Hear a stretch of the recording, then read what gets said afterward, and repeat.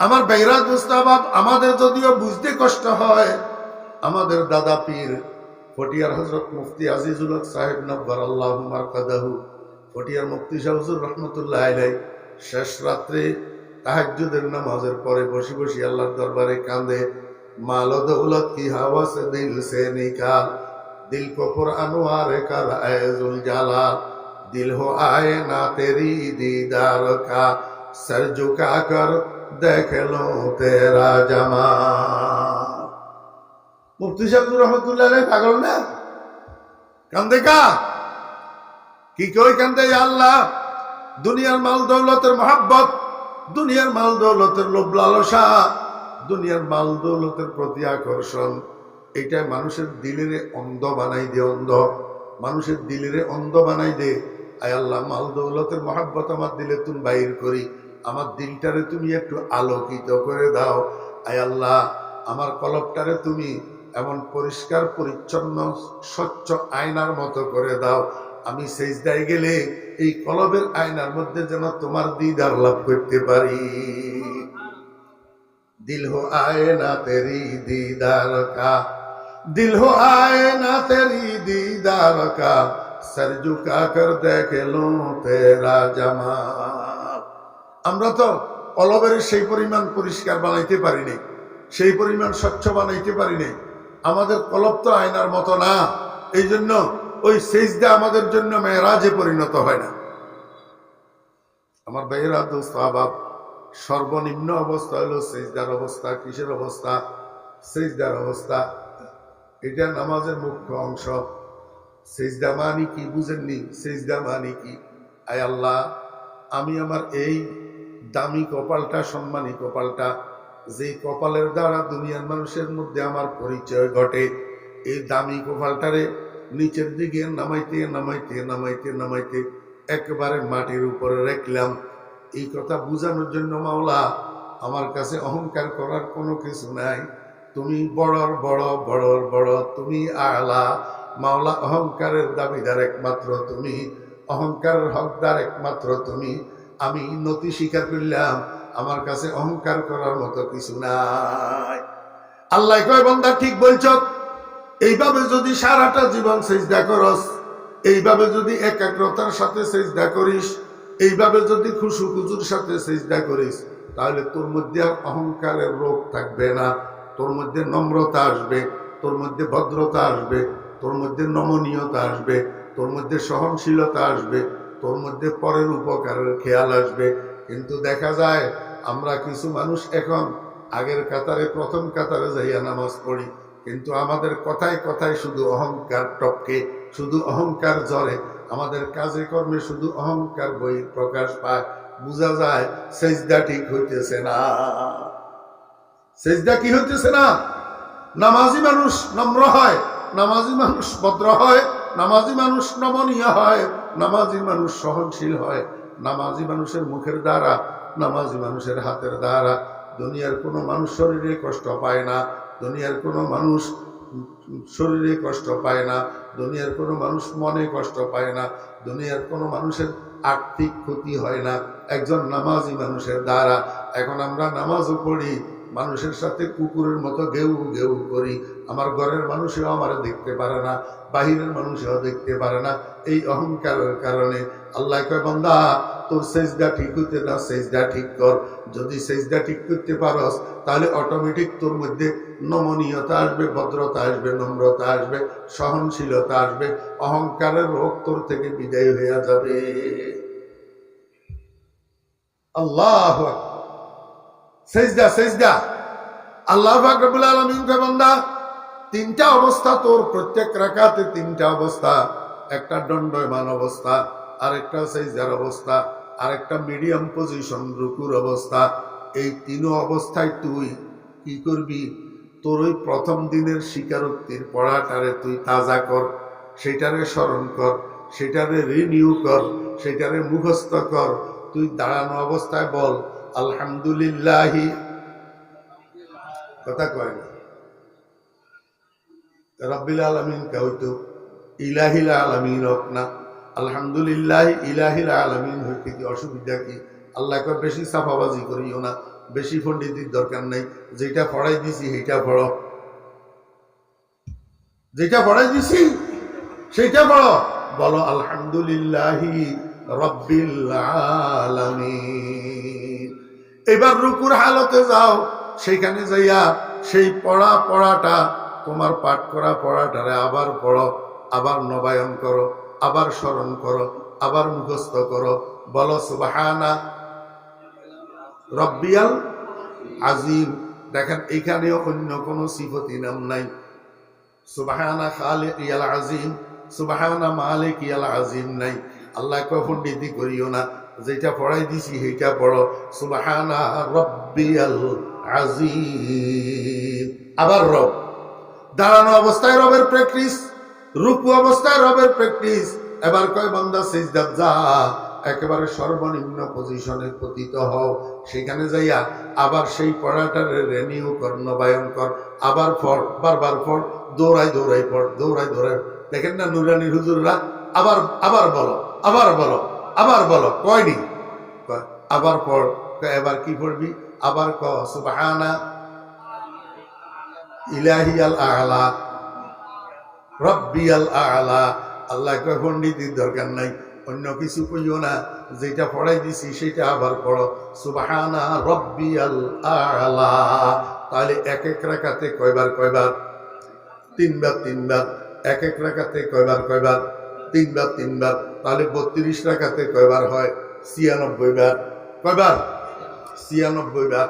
আল্লাহ কয় রাত্র দিন 24 ঘন্টার ভিতরে 96 বার ওই একরারের রুবুবিয়তের তজদীদ করবি, একরারের রুবুবিয়তের তজদীদ করবি, একরারের রুবুবিয়তের রিনিউ করবি, বারবার পড়ি, ঘুরে ঘুরে পড়বি। 24 ঘন্টার ভিতরে আল্লাহু আকবার, 24 ঘন্টার ভিতরে এই 3 3 32 96, 3 32 কয়বার? 96। এবারে হিসাব করেন, 96 রে 7 দিয়ে গুণ করেন, ফটকরি করেন না মোবাইলের ভিতরে একজন, 96 রে 7 দিয়ে গুণ করেন। আল্লাহ কত? হ্যাঁ 600। 7 বার কিনলে পেলাম আলহামদুলিল্লাহ রব্বিল আলামিন কয়বার? একবার। সূরা ফাতিহা কয়বার? একবার। সুবহান রব্বিয়াল আজিম কমপক্ষে কয়বার? 3 বার। সুবহান রব্বিয়াল আ'লা কমপক্ষে কয়বার? 3 বার। তাহলে 3 এ 3 এ 6, রুকুতে 3, সিজদাতে 3, 6, আর রব্বিল আলামিন একবার, মোট 7 বার। তাহলে এই 32 রাকাতের মধ্যে 64টা আল্লাহু আকবার, 32 রাকাতের মধ্যে 96 অবস্থা, 96 অবস্থা। এই 96 অবস্থার মধ্যে 7 বার রবের প্র্যাকটিস করা হয়, তাহলে 672 বার 24 ঘন্টায় রবের প্র্যাকটিস হয়। আল্লাহ কয় বান্দা এই ছোট্ট ছোট্ট বাচ্চাগুলো নুরানির 2 4 5 বার 7 বার পড়লেও তো পড়াইটা আর ভুলে না। তুই প্রতিদিন 672 বার আমার রবের প্র্যাকটিস যদি করস, ওই একরার যেটা করিয়ে এসছ, স্বীকারোক্তি দিয়ে এসছ, এটাকে যদি নবায়ন করস, তজদীদ করস, তো তুই কেমনে কবরে গেলে ফেরেশতার প্রশ্নের উত্তর বলবি? কবরে তোরে যখন ফেরেশতা জিজ্ঞাসা করবো মার রব্বুকা, অটোমেটিক তোর মুখ থেকে বাইর হবে রব্বি আল্লাহ। এটার নাম ইস্তেকামত, এটার নাম ইস্তেকামত। ও বান্দা, এই জন্য আল্লাহ পাক রব্বুল আলামিন কয় ইন্নাল্লাযীনা ক্বালু রাব্বুনাল্লাহ, ওই সমস্ত মানুষ যারা স্বীকারোক্তি দিয়েছে আমার রব আল্লাহ, সুম্মাস্তাকামু, এবং সেই স্বীকারোক্তির উপরে সে অবিচল রয়েছে। কেমনি অবিচল থাকলো, কেমনি অটল থাকলো? সে নামাজি মানুষ, নামাজি মানুষ, নামাজ পড়তো প্রতিদিন 24 ঘন্টার মধ্যে 672 বার সে রব্বুন আল্লাহর সে তজদীদ করলো, নবায়ন করলো। এটাই হলো ইস্তেকামত, এটাই হলো কি?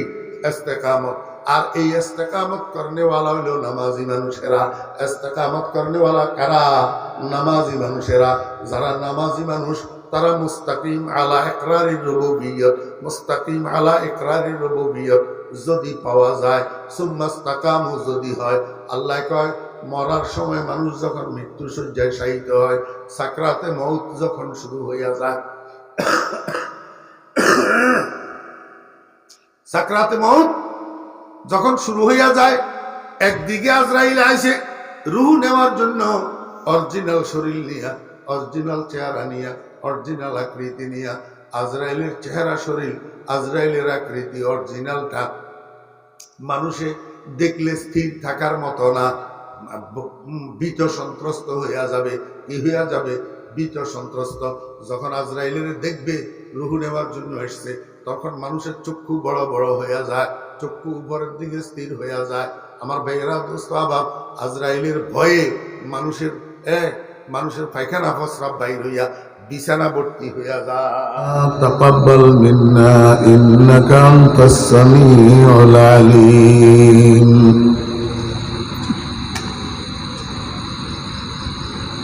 মুহতারাম সদরে জলসা,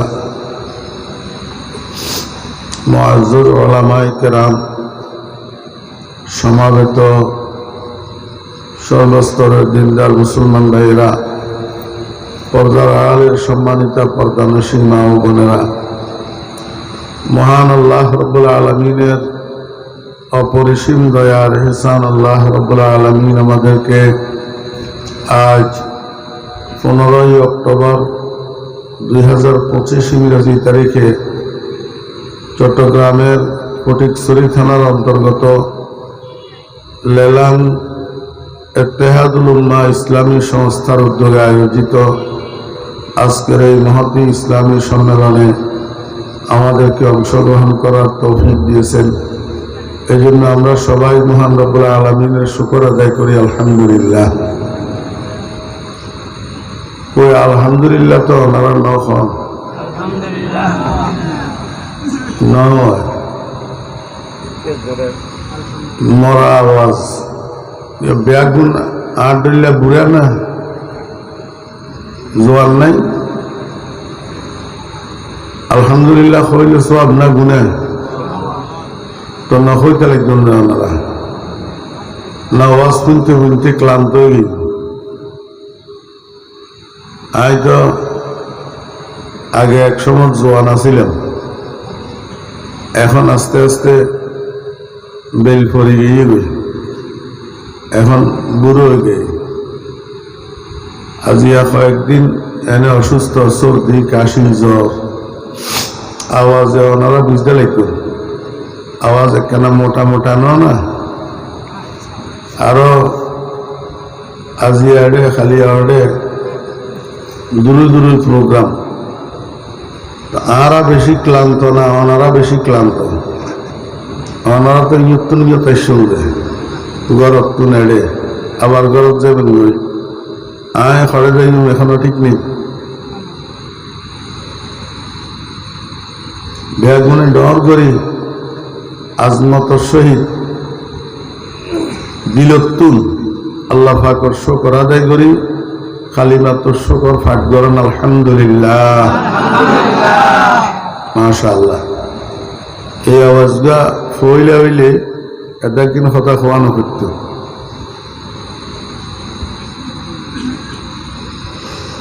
আমার কথা আপনারা বুঝতেছেন? আর মুফতি মাহমুদ হাসান সাহেব দামত বরকাতুহুল আলিয়া, আর কেউ খক নখক আইবারে বাংলাদেশের মুফতি আজম কই এটা বনগর খোনাত ফরি রইছে। ঢাকা ঢুকা থাকিলে ডঙ্কা উঠত, ডঙ্কা ডঙ্কা বাজত। এইলে ইস্তেদাদর এত্তর হাসা হাসা কিতাবি মুফতি মালাকায় ইস্তেহাদ রাখে যে এইলা মুফতি বাংলাদেশত বহুত কম। এটা বনগর খোনাত ফরি রইছে আর নবুঝিছে। কদরে গওহার শাহবেদানদ আবেদানদ গওহারি, কদরে গুল বুলবুল বেদানদ আবেদানদ গওহারি, কদরে গুল বুলবুল বেদানদ আবেদানদ শাহপরি। মানুষ চিনি বেল্লাই, মানুষ ন যে কোনো জিনিস চিনি বেল্লাই চিননোর যোগ্যতা থাকা পরে। স্বর্ণ কাজ ছাড়া স্বর্ণ চিনে না, এইলে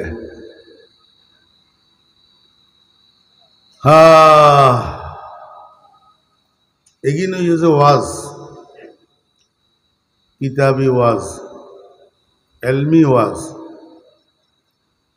এখন তো ব্যাগ রংডঙর গেয়ে গই সে আর কতগুণ ফরির কতুন ফরির কিল্লে ফরির কিন জিবে ফরিরই বেয়া করতে না হ্যাঁ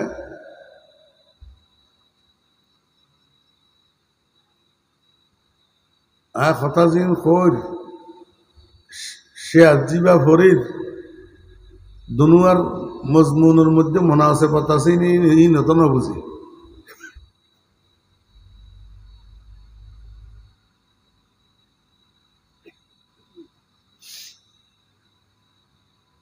ছোট্ট একটা আয়াতে কারিমা আমি আপনাদের সামনে তেলাওয়াত করছি এবং সেই সাথে আকায়ে নামদার তাজেদারে মদিনা জনাবে মুহাম্মদুর রাসূলুল্লাহ সাল্লাল্লাহু আলাইহি ওয়াসাল্লামের ছোট্ট একটা হাদিস আপনাদের সামনে পাঠ করছি। খুব অল্প সময় অসুস্থ তো সর্দি কাশি থাকলে গলা ভাঙ্গা হইলে নিঃশ্বাস ছোড়ো কথা বলতে কষ্ট হয় এই জন্য অল্প সময় শুধু আয়াতের উপরে হাদিসের উপরে দুই চারটা কথা বলার আশা করছি আল্লাহ পাক যদি তৌফিক দেন। আল্লাহ সুবহানাহু ওয়া তাআলা ইরশাদ করেন ইন্নাল্লাযীনা ক্বালু রাব্বুনাল্লাহ অর্থ কি কোরআন শরীফ কোন ভাষা সবাই বলেন কোরআন শরীফ কোন ভাষা আমাদের মাতৃভাষা কি বাংলা যার কারণে আমরা কোরআন শরীফ বুঝি না কোরআন শরীফ বুঝি না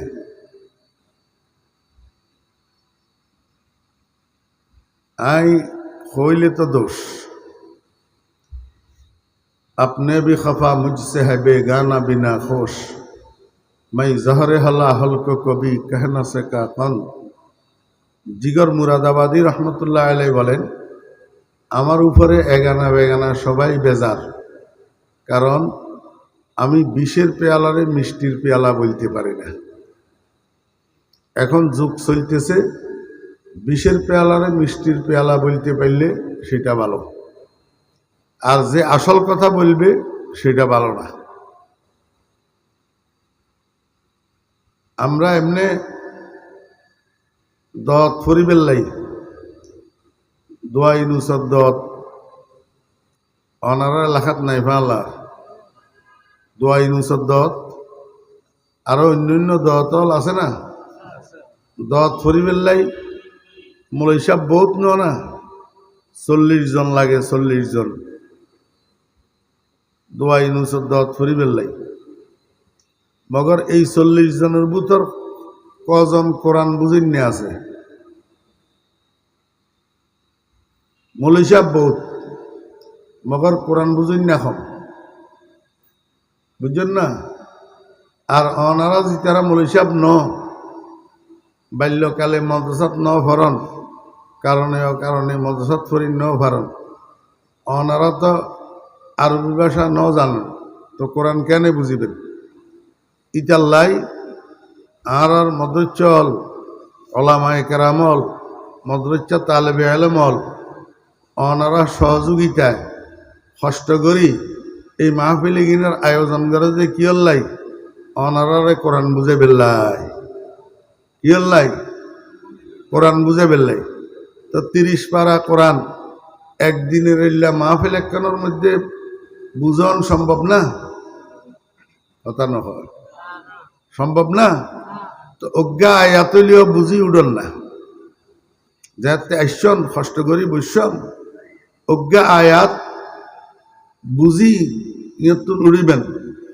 তাহলে এই মাহফিলের সমস্ত আয়োজন সাফল্যমণ্ডিত হবে বুঝছেন না ইন্নাল্লাযীনা ক্বালু নিশ্চয় ওই সমস্ত মানুষ যারা বলেছে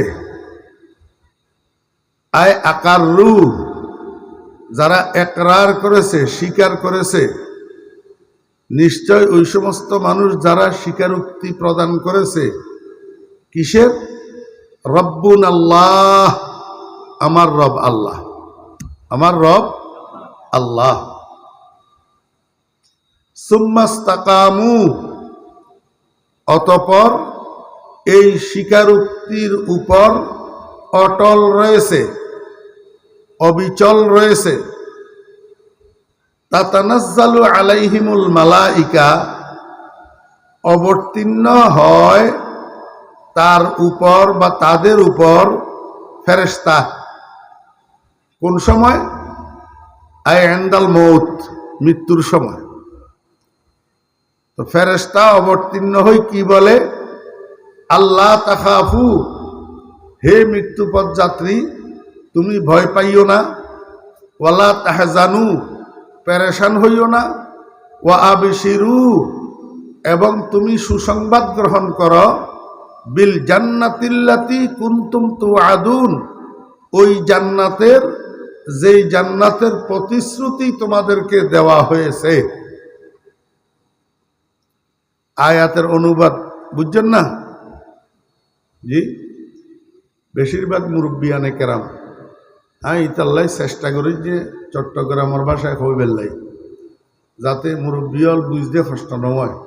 বেশি টনটনিয়া শুদ্ধ ভাষায় কইলে অনেক মুরব্বিয়ল আছে বুঝতে না।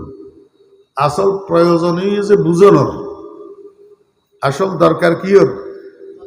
বুঝানোর।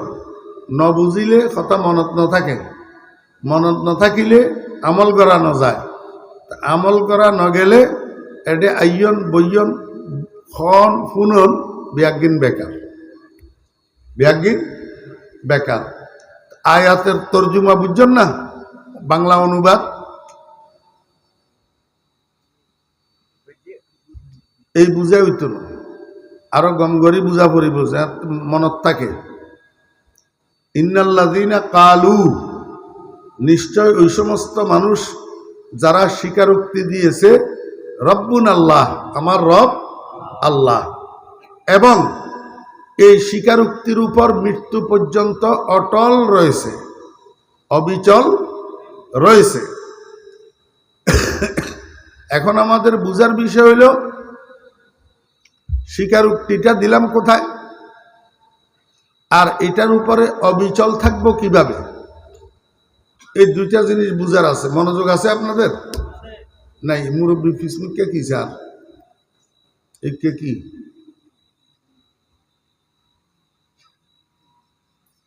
স্বীকারোক্তিটা দিলাম কোথায়, আর এটার উপরে অবিচল থাকবো, অটল থাকবো কিভাবে? এই দুইটা জিনিস আমাদের বুঝার আছে। আল্লাহ পাক যখন মানুষ বানাইলেন, মানুষ মানি মানুষের রুহু, মানুষ মানি মানুষের রুহু। আসল মানুষ শরীরের নাম না রুহের নাম? কথা বলেন। আসল মানুষ শরীরের নাম না রুহের নাম? রুহের নাম। বুঝি বলতেছেন? আপনি যে আপনার আব্বার কবর জিয়ারত করার জন্য যান, 20 বছর আগে আব্বা মারা গেছে, 20 বছর আগে আব্বাকে কবরে দাফন করা হয়েছে, এখনো তো আপনি সারা বছর না গেলেও ঈদের দিন হইলেও বাপের কবর জিয়ারত করার জন্য যান। তো কবরের মধ্যে বাপ আসেনি? কথা কয় না? নাই। তো যদি নাই থাকে তাহলে জিয়ারত মানি সাক্ষাৎ, জিয়ারত মানি সাক্ষাৎ। তো কবর জিয়ারত কিভাবে হয়? আপনি যদিও বাপকে দেখেন না, কিন্তু আপনার আব্বা কবরে থাকি আপনাকে ঠিক মতো দেখে।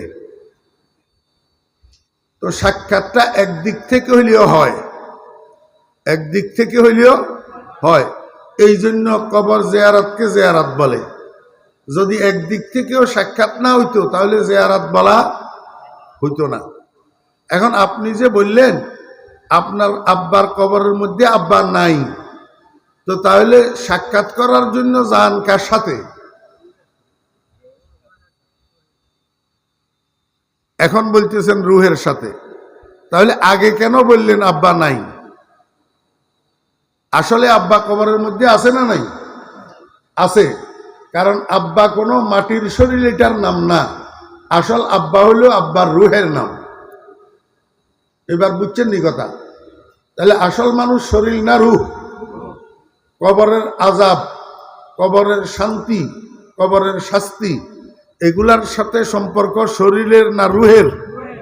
রুহের।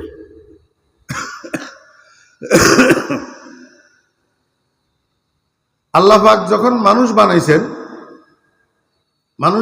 মানে মানুষের রুহু বানাইছেন, আদমকেও বানাইছেন, আদমের সন্তানদেরকেও বানাইছেন, কিন্তু এখনো কাউকে দুনিয়াতে পাঠানো হয় নাই। আদম আলাইহিস সালামকেও পাঠান নাই, আদম আলাইহিস সালামের সন্তানদেরকেও পাঠান নাই। এমত অবস্থায় আল্লাহ পাক আদম সন্তানদেরকে নিয়ে একটা মহা সম্মেলনের ব্যবস্থা করছেন। কিসের মহাসম্মেলন? যেই মহাসম্মেলনের মধ্যে শত সহস্র কোটি আদম সন্তান যারা কিয়ামত পর্যন্ত দুনিয়াতে আসবে, এদের সবাই সেই মহাসম্মেলনে উপস্থিত ছিল। জানা থাকলে বলুন তো, এই মহাসম্মেলনটা কোথায় অনুষ্ঠিত হইল?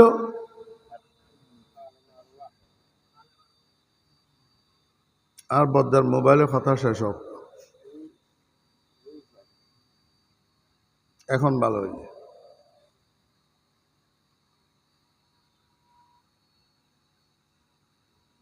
এট এ টাইম একজন মানুষের দ্বারা দুই খাম নয়, কথা বুঝছেন না? এই মহাসম্মেলনটা কোথায় অনুষ্ঠিত হয়েছে? আলমে আরওয়াহতে, রুহু জগতে। রুহু জগতে বিস্তারিত বলার জন্য অনেক সময়ের দরকার, এগুলা অনেক বুঝার বিষয় আছে। আমরা যেই জগতে আছি এই জগতের নাম হইল আলমে নাসুত। আলমে নাসুত, হ্যাঁ, অথবা আলমে দুনিয়া। আলমে দুনিয়া ইহ জগৎ। আরেকটা আছে আলমে আখেরাত, পরজগৎ। আরেকটা আছে আলমে মালাকুত, ফেরেশতাদের জগৎ। আরেকটা আছে আলমে আরওয়াহ, রুহু জগৎ। আরো আছে। এই কয়েকটা উদাহরণের জন্য আপনাদের বুঝার জন্য বললাম। একটা জগৎ আছে রুহু জগৎ। এই রুহু জগতের মধ্যে আল্লাহ পাক রব্বুল আলামিন একটা মহাসমাবেশ আয়োজন করছেন। বুঝি থাকলে বলেন, এই মহাসমাবেশের মধ্যে আদম আলাইহিস সালাম ছিলেন কিনা? কথা কয় না। আদম আলাইহিস সালাম ছিলেন। আচ্ছা, এই একটা দুইটা কথা আমার সাথে বলতে কি কষ্ট হয় না পয়সা খরচ হয়? তাহলে কেন বলেন না? হয় অহংকার আর না হলে উদাসীন। তো অহংকার ভালো গুণ? হ্যাঁ, অহংকার। ইবলিসের গলার মধ্যে লায়ানতের ঘন্টা লাগছে যে কোন রোগের কারণে? অহংকারের কারণে। আর উদাসীনতা, অমনোযোগিতা, এটাও ভালো গুণ। মনে রাখবেন, দুই জাতের দুনিয়াও বরবাদ, আখেরাতও বরবাদ। এক জাত হলো উদাসীন অমনোযোগী, আরেক জাত হলো অলস। এই দুই জাতের দুনিয়াও বরবাদ, আখেরাতও বরবাদ। প্রত্যেকটা কথায় যেটা আমি জিজ্ঞাসা করি, এটা একটু কষ্ট করে উত্তর দিবেন, তাহলে বোঝা যাবে আমার বলাটাও বিফল যাইতেছে না, আপনাদের শোনাটাও মনোযোগ সহকারে হইতেছে।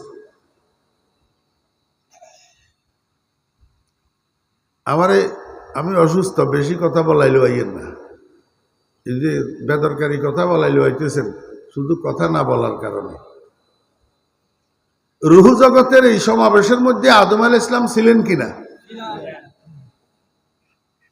শীস আলাইহিস সালাম ছিলেন, নূহ আলাইহিস সালাম ছিলেন, ইব্রাহিম আলাইহিস সালাম ছিলেন, নমরুদ ছিল কিনা?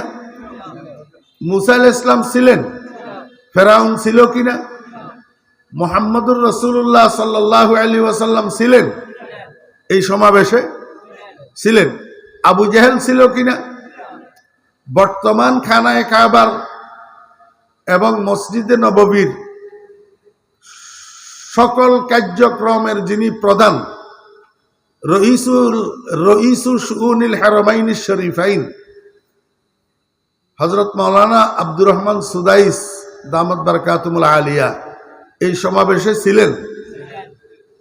ডোনাল্ড ট্রাম্প ছিল, মোদি দাদা ছিল। তার মানে এটা এমন এক সমাবেশ যেখানে আদম সন্তানদের কেউ অনুপস্থিত ছিল না। সেইখানে এই শত সহস্র কোটি আদম সন্তানদেরকে সামনে লইয়া আল্লাহ পাক রব্বুল আলামিন জিজ্ঞেস করলেন, আলাস্তু বিরাব্বিকুম, আলাস্তু অর্থ কি? আমি কি তোমাদের রব নই? আমি কি তোমাদের রব নই? আল্লাহ পাক জিজ্ঞেস করলেন কিসের ব্যাপারে? রব হওয়ার ব্যাপারে। কিসের ব্যাপারে? অথচ আমরা ঈমান আনলাম কি পড়ি? লা ইলাহা ইল্লাল্লাহ।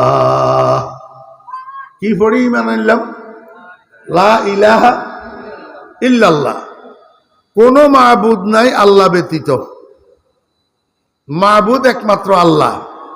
তাহলে এখানে ঈমান আনার ক্ষেত্রে আমরা স্বীকৃতি দিলাম উলুহিয়তের। স্বীকৃতি দিলাম কিসের? উলুহিয়তের। আর সেখানে আল্লাহ পাক আমাদেরকে প্রশ্ন করলেন স্বীকৃতি আদায় করার জন্য রুবুবিয়তের। আল্লাহ পাক তো জিজ্ঞাসা করতে পারতেন আলাস্তু বে ইলাহিকুম, যেহেতু কলমা লা ইলাহা ইল্লাল্লাহ, তো তাহলে জিজ্ঞেস করার দরকার ছিল আলাস্তু বে ইলাহিকুম, আমি কি তোমাদের মাবুদ নই?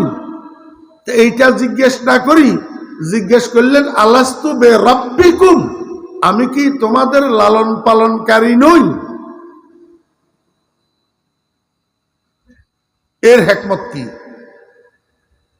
এই কথাটা অত্যন্ত সূক্ষ্ম একটা কথা, যে কথাটা বুঝার মতো সংখ্যা এখানে খুব কম। জরুরত মনে করতেছি না, এই জন্য বলতেছি না। শুধু এতটুক বুঝেন, আল্লাহ পাক জিজ্ঞেস করলো আলাস্তু বে রব্বিকুম, আমি কি তোমাদের রব নই? একেবারে একটা মানুষও বাদ পড়ে নাই। আদম আলাইহিস সালাম থেকে আদম আলাইহিস সালামের সন্তানেরা, নবী রসুলেরা, ঈমান দুনিয়াতে আসলে যারা ঈমানদার হবে তারা, দুনিয়াতে আসলে যারা বেঈমান হবে তারা, সবাই এক বাক্যে কালু আয় আকাররু, সবাই এক বাক্যে স্বীকারোক্তি প্রদান করছে, বালা, জি হ্যাঁ, আয় আল্লাহ আপনি আমাদের রব, আপনি আমাদের রব। রূহ জগতে দুনিয়াতে পাঠানোর আগে আল্লাহ পাক বনি আদম থেকে এই স্বীকারোক্তিটা কেন আদায় করলেন?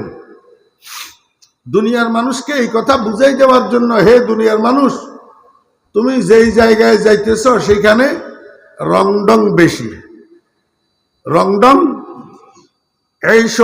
ইশরত বেশি, সেখানে ভোগবিলাসিতা বেশি, সেখানে চাকচিক্য বেশি, লোভ লালসা বেশি।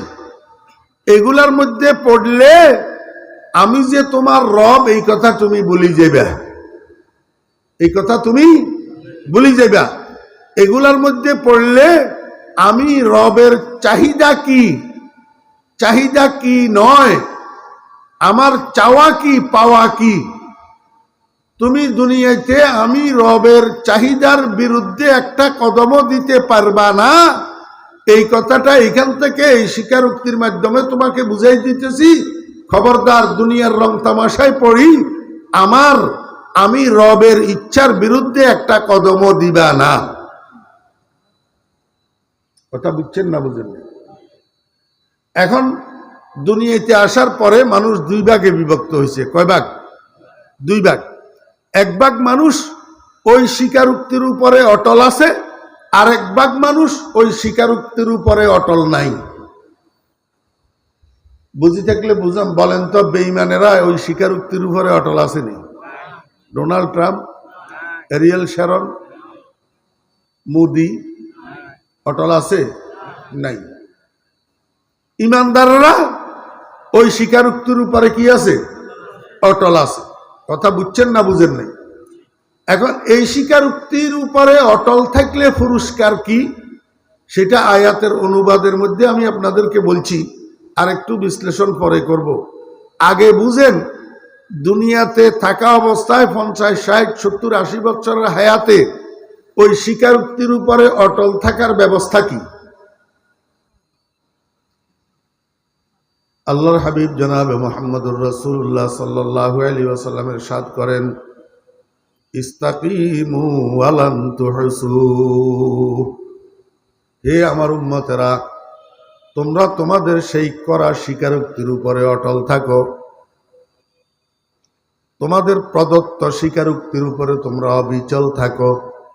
খবরদার কোনো ঝড়ঝাপটার কারণে, কোনো ধাক্কাধাক্কির কারণে, কোনো বিপদ আপদ মুসিবত, কোনো বুলেট বোমার ভয়ে তোমার দেওয়া সেই স্বীকারোক্তির থেকে বিচ্যুত হইও না।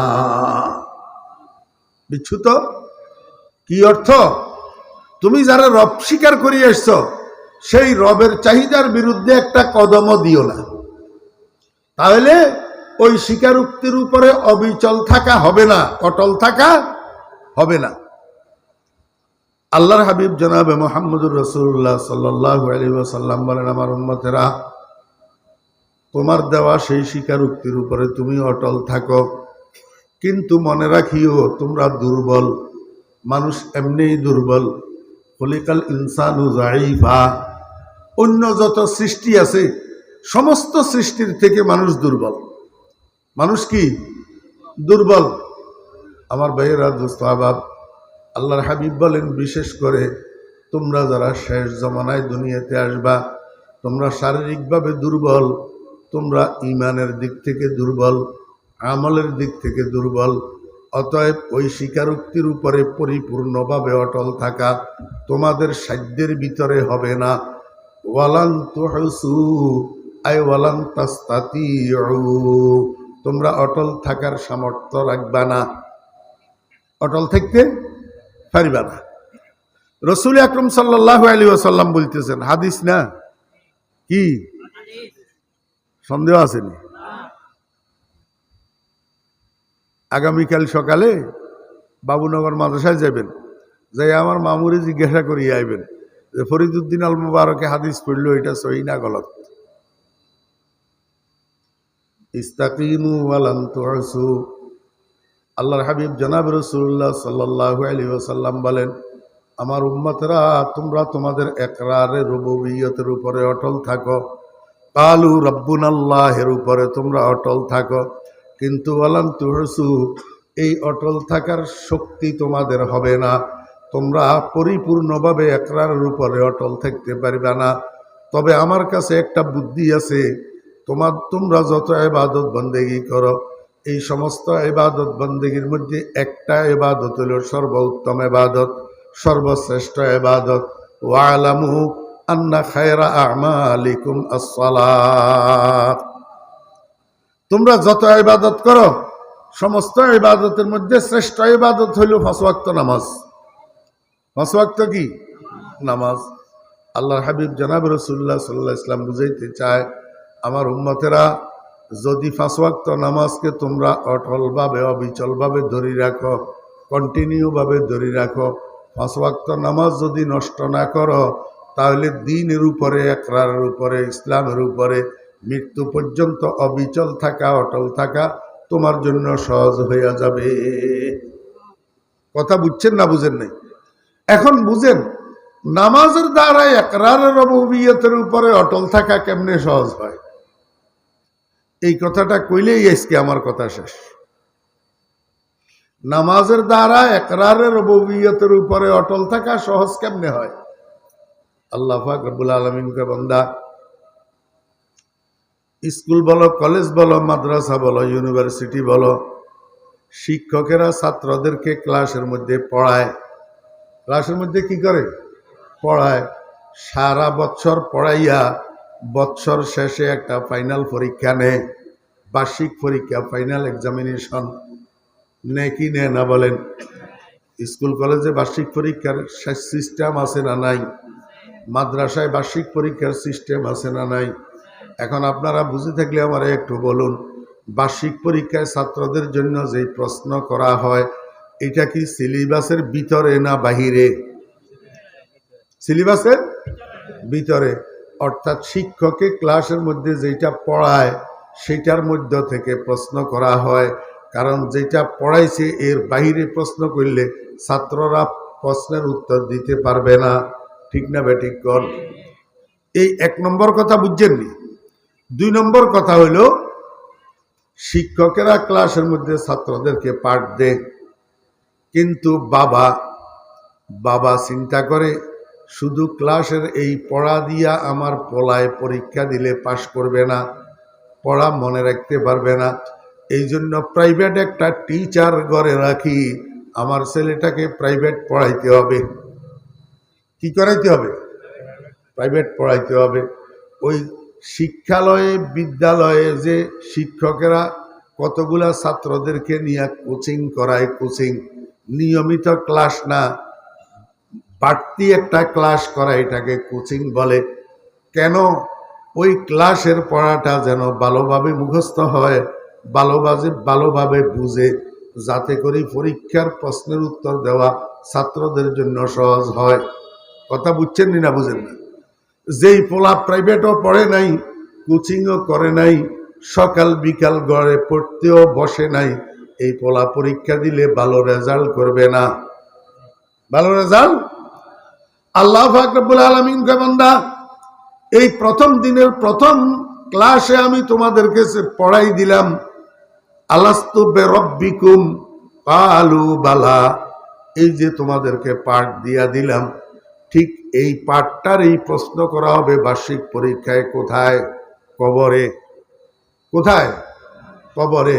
প্রত্যেকটা বনি আদমকে কবরে 3টা প্রশ্ন করা হবে।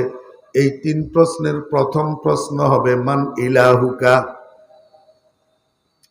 কথা কয় না। মান খালিকুকা, মান রাজিকুকা, মান মালিকুকা, মান মাবুদুকা। না, প্রশ্ন করা হবে মান রব্বুকা। কারণটা কি? ওই প্রথম দিনের প্রথম ক্লাসে পড়াই দেওয়া হয়েছে আলাস্তু বে রব্বিকুম, আলাস্তু বে রব্বিকুম। এই জন্য প্রশ্ন করা হবে মান রব্বুকা। আল্লাহ পাক রব্বুল আলামিন কে, বান্দা এই ফাইনাল পরীক্ষায় তুমি ভালো রেজাল্ট করার জন্য, পাশ করার জন্য, প্রশ্নের সঠিক উত্তর দিতে পারার জন্য আমি তোমার 60 বছরের জীবনের মধ্যে একটা কোচিংয়ের ব্যবস্থা রাখছি, একটা প্রাইভেট প্র্যাকটিসের ব্যবস্থা রাখছি। তুমি যদি প্রতিনিয়ত এই প্র্যাকটিসে অংশগ্রহণ করো, তাহলে অটোমেটিক ফেরেশতার প্রশ্নের সাথে সাথে তোমার মুখ থেকে বাইর হবে রব্বি আল্লাহ। কি বাইর হবে? রব্বি আল্লাহ। প্রাইভেট প্র্যাকটিস এটা কি? এটা 5 ওয়াক্ত নামাজ। এটা 5 ওয়াক্ত নামাজ। কেমনে? আল্লাহ পাক রব্বুল আলামিন কে, বান্দা 5 ওয়াক্ত নামাজের মধ্যে 32 রাকাত নামাজ আছে। কয় রাকাত? 32 রাকাত। প্রত্যেক রাকাতের মধ্যে তোমার 3টা অবস্থা। কয়টা অবস্থা? একটা হলো সর্বোচ্চ অবস্থা, এটা হলো হালতে কিয়াম। একটা সর্বনিম্ন অবস্থা, এটা হলো হালতে সিজদা। আর একটা হলো মিডিয়াম পজিশন, এটা হলো হালতে রুকু। বুঝছেন না বুঝেন নাই? একজন নামাজির প্রতি রাকাতে অবস্থা কয়টা হয়? 3টা। একটা দণ্ডায়মান অবস্থা, আরেকটা রুকুর অবস্থা, আরেকটা সিজদার অবস্থা, যেটা সর্বনিম্ন অবস্থা। সর্বনিম্ন অবস্থা আমার ভাইয়েরা, দোস্ত আবাব, যদিও অবস্থাটা সর্বনিম্ন, কিন্তু নামাজের মধ্যে সর্ব উত্তম অবস্থা হলো সেই অবস্থাটা যেটাকে হালতে সিজদা বলা হয়। এটা হলো নামাজের মুখ্য অংশ।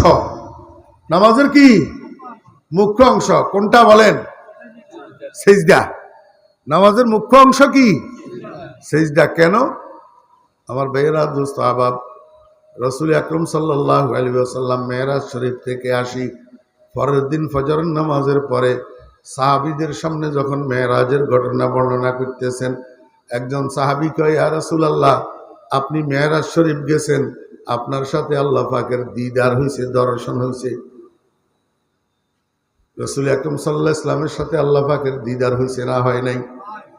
বদিদা চেকে আজদিদন বিরুবুদ, বদিদা চেকে আজদিদন বিরুবুদ, মফুর সাজমাজে কাইফিয়ত কে চুবুদ, শনিদাগা কালামে নাইব আওয়াজ, মানি দর মানি রাজ বারাজ।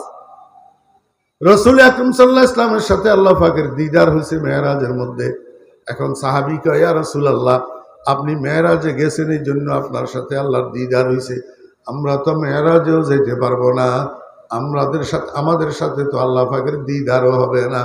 আল্লাহর হাবিবকে, আমার সাহাবী শুনো, আমি তো একবার মেরাজে গেছি, আল্লাহর সাথে একবার দিদার লাভ করছি, আর সেখান থেকে আসার সময় আমি তোমাদের জন্য এমন নেয়ামত নিয়ে আসছি যে তোমরা প্রতিদিন 32 দ্বিগুণে 64 বার আল্লাহর সাথে দিদার লাভ করতে পারবা। কয়বার? আল্লাহু আকবার। এক এক রাকাতে সিজদা কয়টা? দুইটা। তাহলে 32 রাকাতে সিজদা কয়টা? 64টা। প্রত্যেকটা নামাজি যদি প্রকৃত নামাজি হয়, যদি প্রকৃত যত্ন সহকারে সিজদা করে, আমার ভাইরা, আয়নার মতো পরিষ্কার একটা অন্তর লইয়া যদি সিজদা করে, পরিপূর্ণ খুশু খুজুর সাথে যদি সিজদা করে, একাগ্রতার সাথে যদি সিজদা করে, মনোযোগ সহকারে যদি সিজদা করে, ওই প্রত্যেকটা সিজদা একজন নামাজির জন্য আল্লাহ পাকের মেরাজে পরিণত হয়। কিসে পরিণত হয়?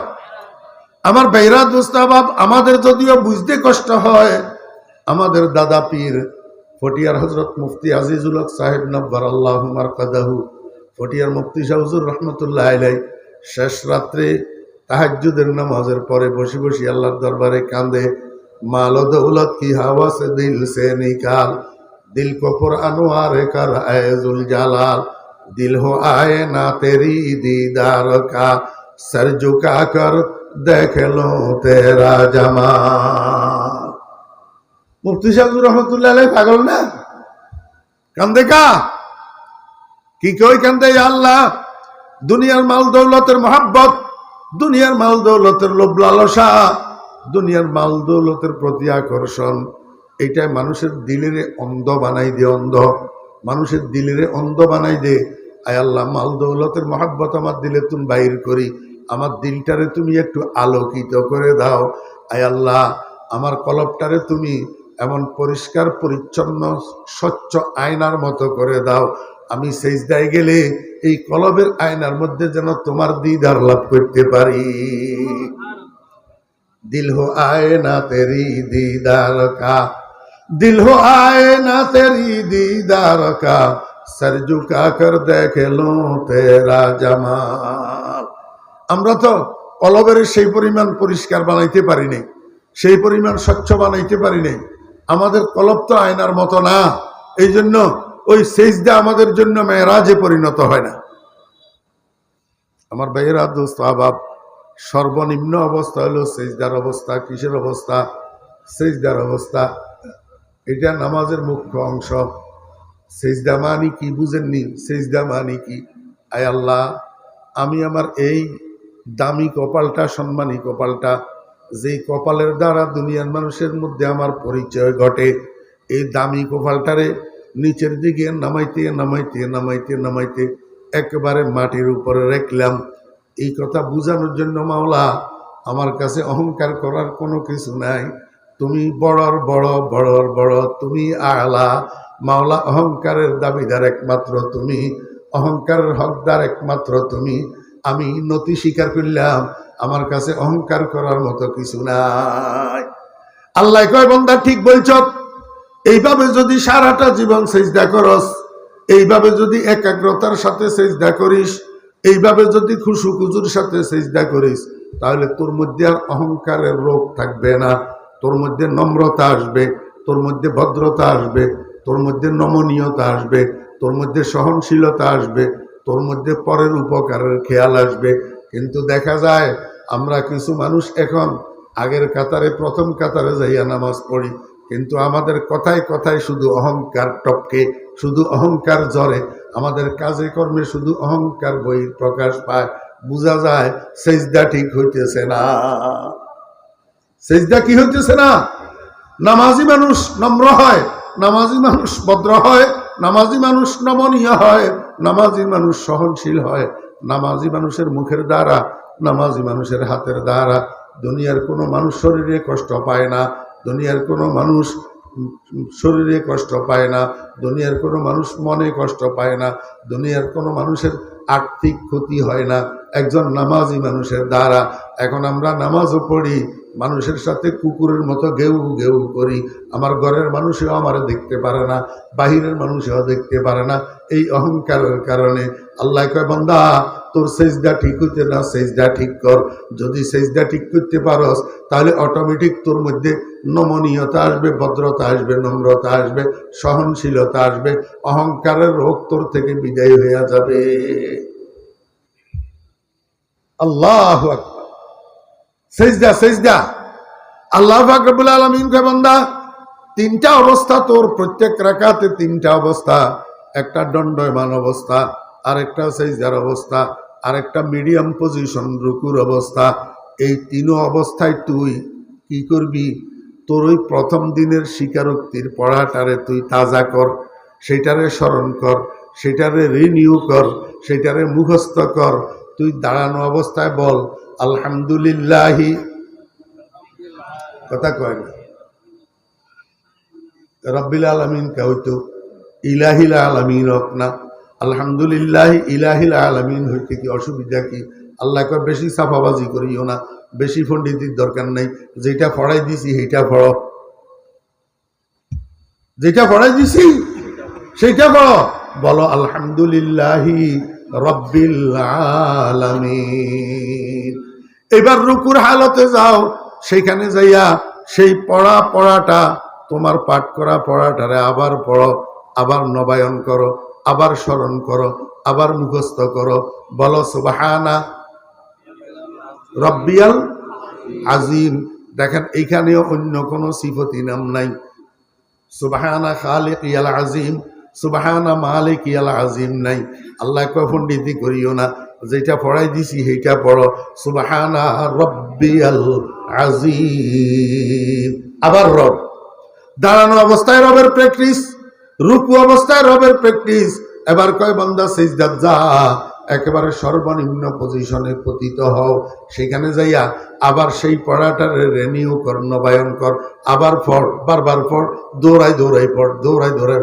দেখেন না নুরানির হুজুররা আবার আবার বলো, আবার বলো, আবার বলো, কয়নি আবার পড়। এবার কি পড়বি? আবার ক সুবহানা ইলাহিয়াল আলা রব্বিয়াল আলা।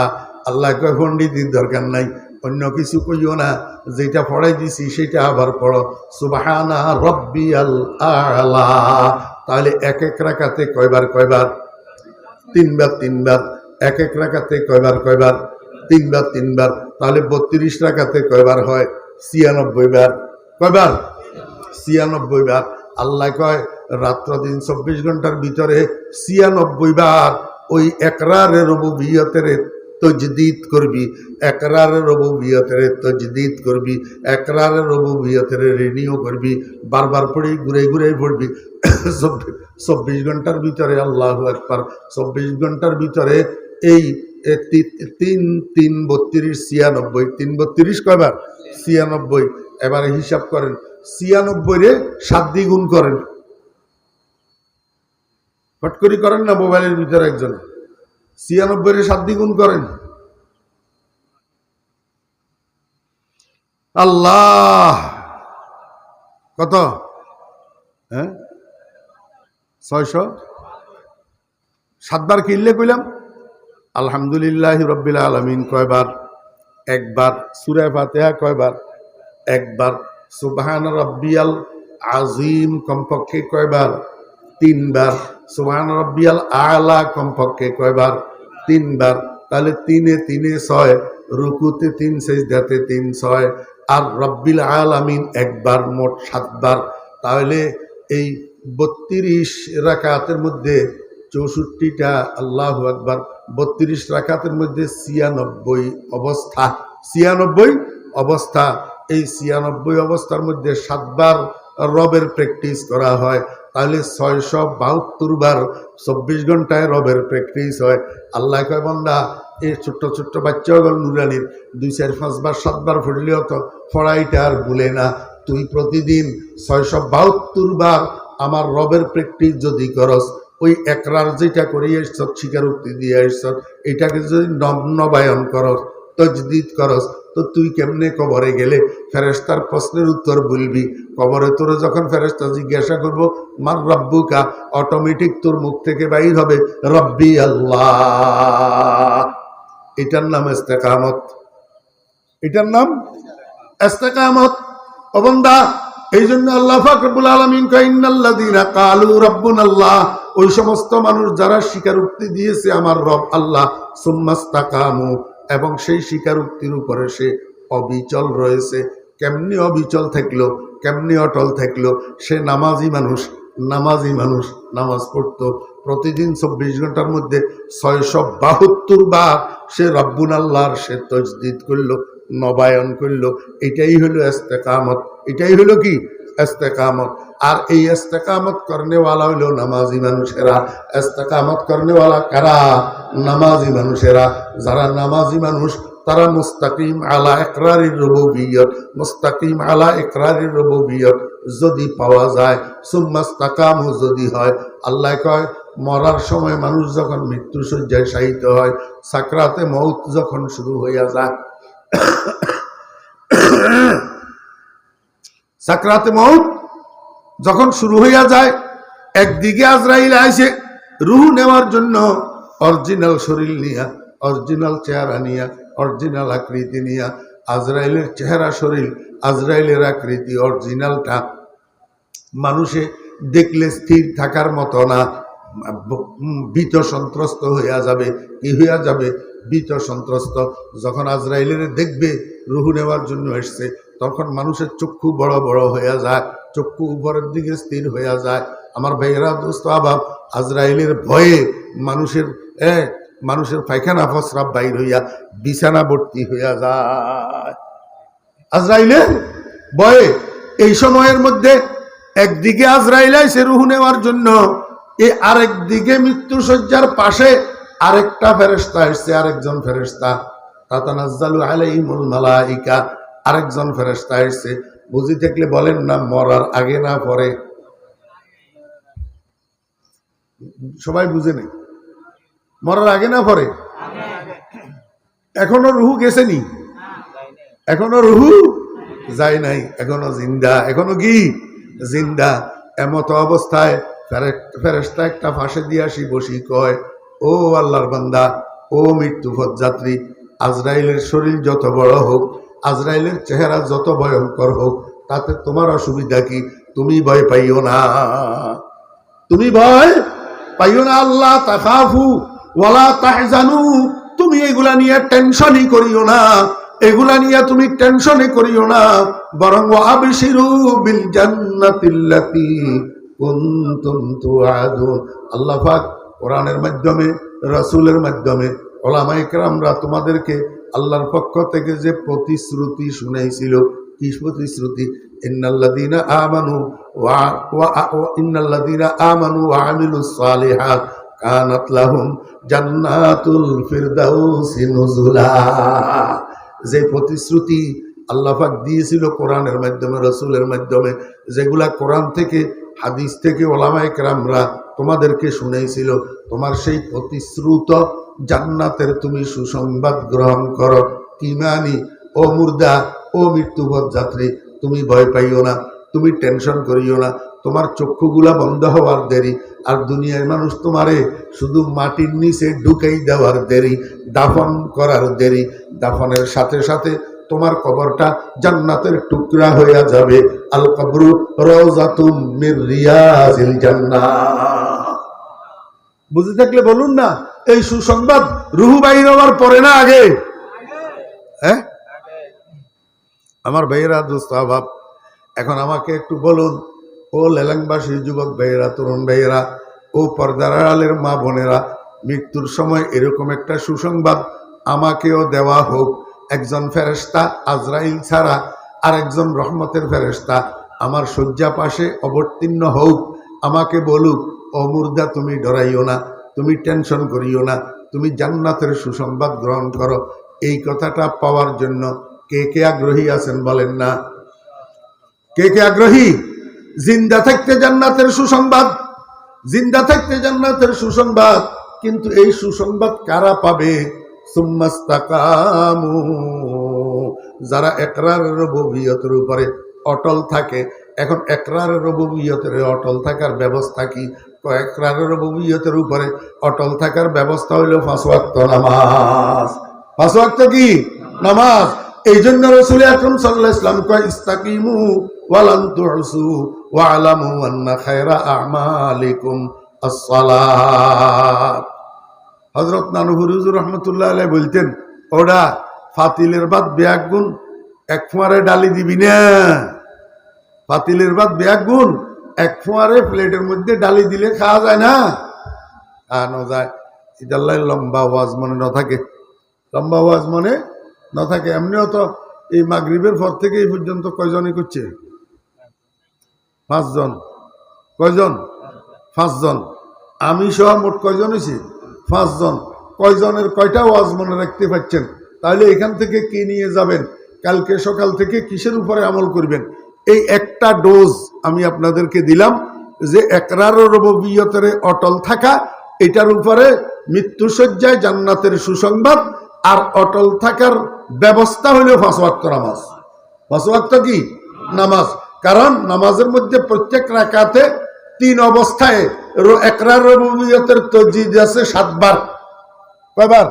7 বার। প্রতি রাকাতে ইকরার রুবুবিয়তের স্বীকারোক্তির নবায়ন আছে প্রতি রাকাতে 3 অবস্থায় 7 বার।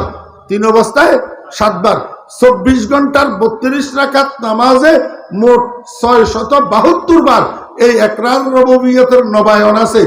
বিদায় যে মানুষটা নামাজের সাথে সম্পর্ক রাখে, এই মানুষটা কখনোই না সে ইকরার রুবুবিয়তের থেকে, দ্বীনের থেকে, ইসলামের থেকে বিচ্যুত হতে পারে না।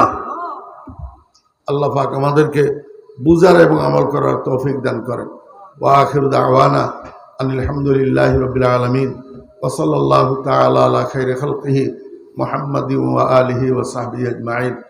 দরুদ শরীফ পড়েন। আল্লাহুম্মা সাল্লি আলা মুহাম্মাদিন ওয়া আলা আলি মুহাম্মাদ কামা সাল্লাইতা আলা ইব্রাহিম ওয়া আলা